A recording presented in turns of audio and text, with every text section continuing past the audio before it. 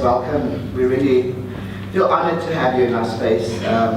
This is a space that shows the relevance of who we are, the importance of our right to freely exist, our right of association and our right of expression, our right to bodily safety, to human dignity.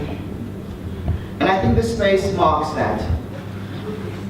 A constitution, laws and policies need to enforce that gender equality, that sexual orientation and gender expression is a state and legal requirement of enforcement.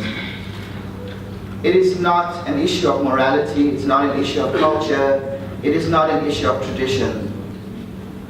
I personally met John just a few years ago, and I know him as an open and dedicated champion of the human rights of LGBTI persons.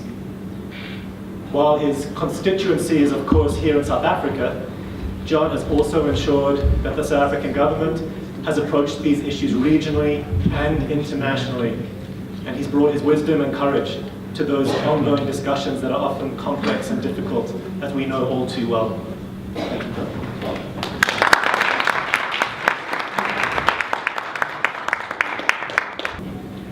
This is a particularly special year for us, 2016, from a human rights perspective, because it's the 20th anniversary of the adoption of the Constitution.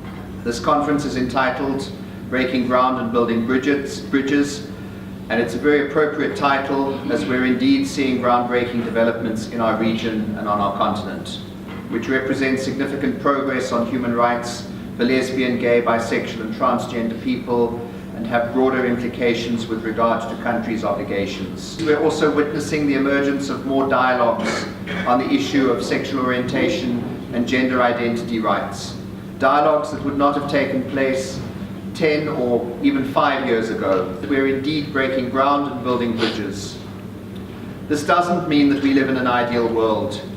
Here in our own country, despite our progressive laws, we still see violence, prejudice and discrimination on the basis of sexual orientation or gender identity. I watched with interest earlier this month when the US Justice Department warned the state of North Carolina that its new law limiting bathroom access violated the civil rights of transgender people. In response, the Obama administration stepped in and issued a directive this past Friday directing public schools to allow transgender students to use bathrooms matching their gender identity, so as to ensure that transgender students enjoy a supportive and non-discriminatory school environment. Every step in preventing sexual orientation or gender identity discrimination and prejudice is groundbreaking. The world is slowly changing and we are moving forward.